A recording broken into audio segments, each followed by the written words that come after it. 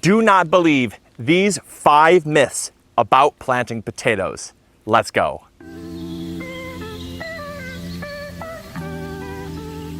What's going on, everyone? In today's episode, we are planting potatoes. Now I know what you're probably thinking, Luke, isn't it like July? And you'd be correct. Yes, it is July, in fact. It's July 1st today, and we are planting potatoes. Now, if you think that the farm air has gotten to my head, you'd be wrong. It's actually quite fresh out here. A little humid today, but fresh air. It's actually great. Nothing's getting to my head. In today's episode, we're planting potatoes because the first myth that I do not want you to believe is that potatoes have to be planted in exclusively the spring. This is a very common myth and something that I have set out to dispel for years now because I thought to myself, wait a second, potatoes are a tuber. They don't have to overwinter. And as long as they have a maturity period, like all other vegetables do, and that maturity period fits within my growing season or the days left in my growing season, couldn't I, in theory, plant it any time? So I actually set out to answer this question, and I asked my uncle, who just so happens to know a thing or two about planting potatoes. He actually grows potatoes commercially. And I asked him, I said, hey, what do you think about planting summer potatoes? He goes, what do you mean? What do you think about it? And I said, well, I don't know. I mean, can you do it? I always plant them in the spring. I always order my seed potatoes. We started selling seed potatoes over at migardener.com. Amazing, by the way. Go join the wait list. Next year we'll have even more. But I say, when I order my seed potatoes, they always come in the spring, and I always feel like I have to plant them like 2 weeks before my first frost date. He goes, yeah, I mean, if you want just an early harvest, for sure. But we actually plant potatoes up until mid-July. I said, whoa, what? He said, yeah. He said, commercially, we could plant potatoes up to mid-July as long as we pick early varieties that mature before the first frost. It's totally fine. I said, okay, tell me more. And that's where we got a lot of our myths busted, was from him. So we are going to be planting potatoes today. And the thing is these potatoes are going into our in-ground garden. That's why we're so late. We have potatoes rocking in our raised beds. We have potatoes already just busting out of the seams at the shop. But this in-ground garden here, we decided that we wanted to grow a few more potatoes. And so we've got our potatoes here. We've got 3 different varieties of potatoes we're going to be planting. And all 3 of these varieties of potatoes can be grown as early as even early to mid-July. They have around a 90-day maturity period.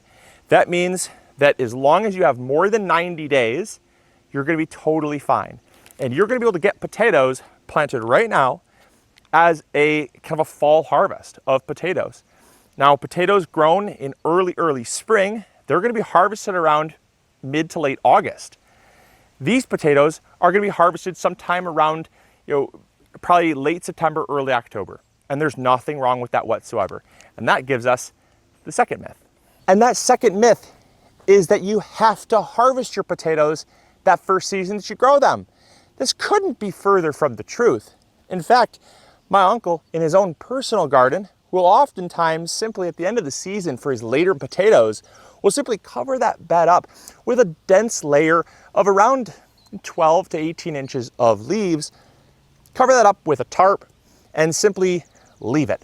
And when he wants potatoes, he lifts the tarp up, he moves some leaves around, and he harvests his potatoes. I don't know where, as a gardening culture, we thought or claimed that potatoes had to come out of the ground. You see, potatoes are a tuber. They're an energy store for the next season. If you forget potatoes in the ground, what do you think leads to new plants in the spring? So potatoes that you left in the ground.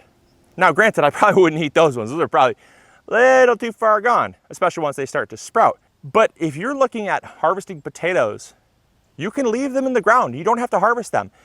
If you don't have the means to store them, if you don't have the means to have a root cellar or a nice cool location like an unheated garage where you can store them for 3 or 4 months, they're actually probably better off in the ground.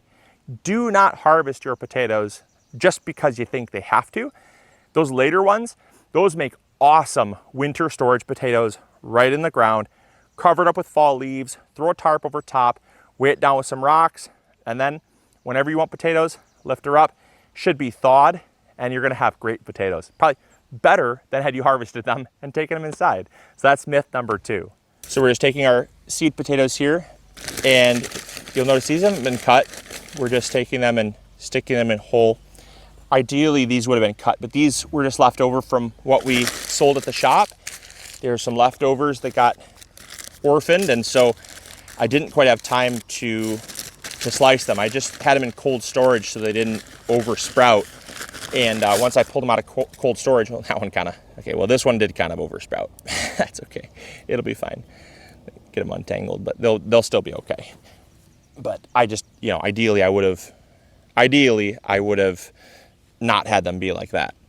So the next myth is surrounding these trenches. So many gardeners think that you need to have a super deep trench to plant your potatoes in, or those that plant in potato buckets think that they need to bury them very, very deep in order to promote more potato development or get any potatoes at all. Now, I know that this is a hot button topic. I know that I am poking a bear for some people, but I would not be I would not be doing you a service, and I would be doing our channel and our message a disservice if I didn't tell you the truth. And the truth is, according to, again, my uncle, who puts food on his table from growing potatoes for a living, he told me that the only reason you hill at all, or plant them somewhat deep, is to make sure that the sun does not touch the potatoes. Potatoes, if they are exposed to sunlight, they will produce a chemical called solanine. And solanine is I wouldn't call it a terrible chemical. In large quantities, it can be bad. It's not good to eat green potatoes. I'm not saying eat green potatoes. Don't come after me if you have a green potato intolerance. What I have experienced in my short life, as well as what my uncle told me, is that you would have to eat 5 or 7 green potatoes to really have an upset stomach or some adverse effects.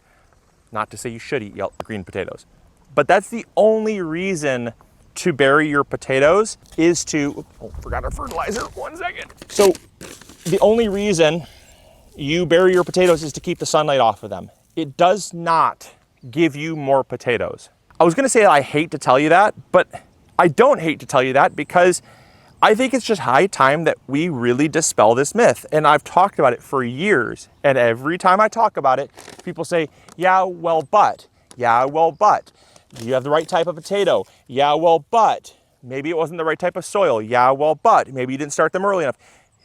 The yeah, well, but period is over. There is no case in which burying your potatoes excessively deep will have any benefit to potato production. As long as you have loose soil, fertile soil, where the roots can move throughout that soil, and the hill is around 6 to 8 inches deep to make sure that any future tuber production doesn't get exposed to sunlight, you're fine. You will not get any more potatoes than what you would have gotten had you just done the standard.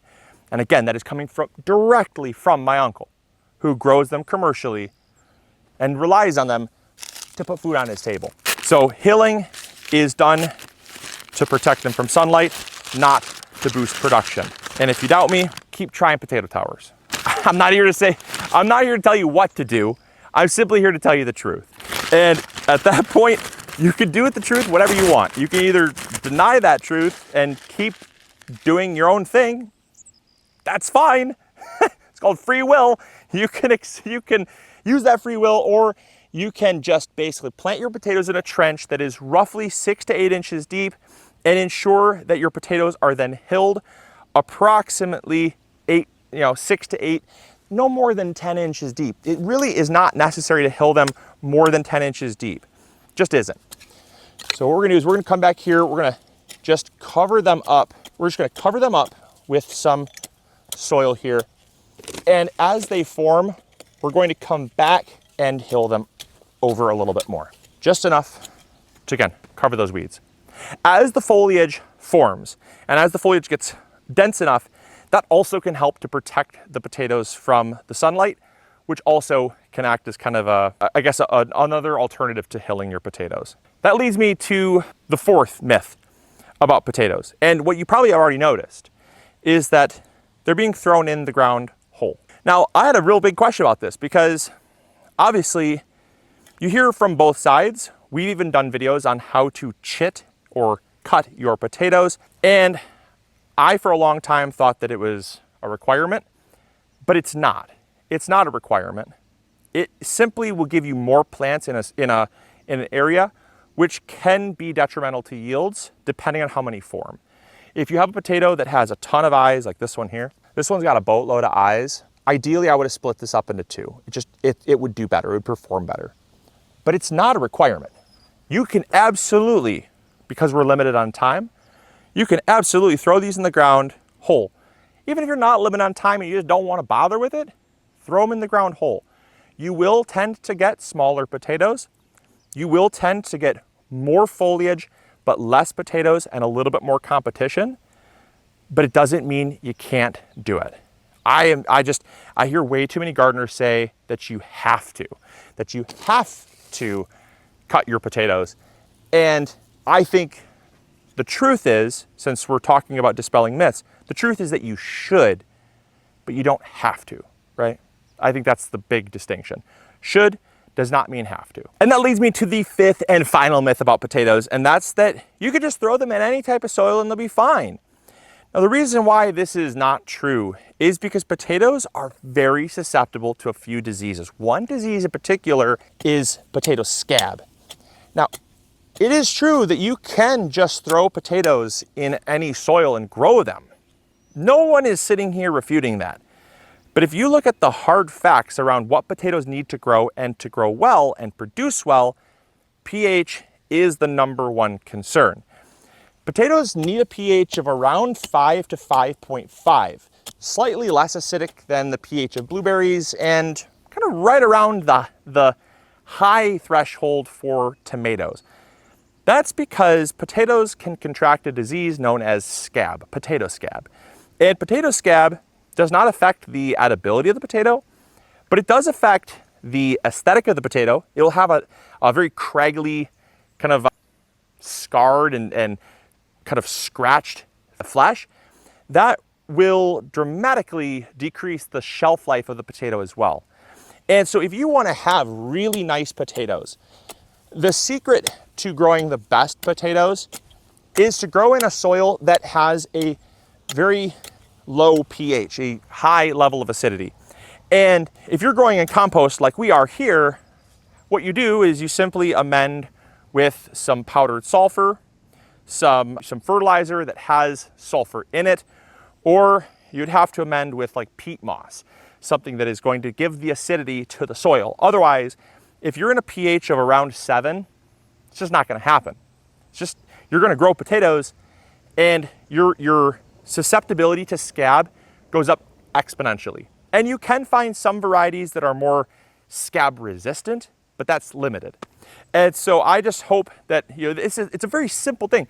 Go to any hardware store, pick up a bag of pelletized sulfur or a fertilizer that is good for acid-loving plants. For us, we use Trifecta and pelletized sulfur. That's our combo of choice because we love Trifecta, but we need a little more acidity, so we use some pelletized sulfur. And once the pH is where we need it to be, it's good to go for the rest of the season. It takes a couple minutes to fertilize. It takes a couple minutes to add your sulfur, and it is the difference between a week of storage or 3 to 4 months of storage. It's a difference between a beautiful looking potato or a totally ugly looking potato. You decide. And so I hope you guys enjoyed. I hope you all learned something new with these 5 potato growing myths. There's a whole lot more, but these are the main 5 that I think I wanted to cover in this episode. And I hope you guys took something from it. I hope you all enjoyed.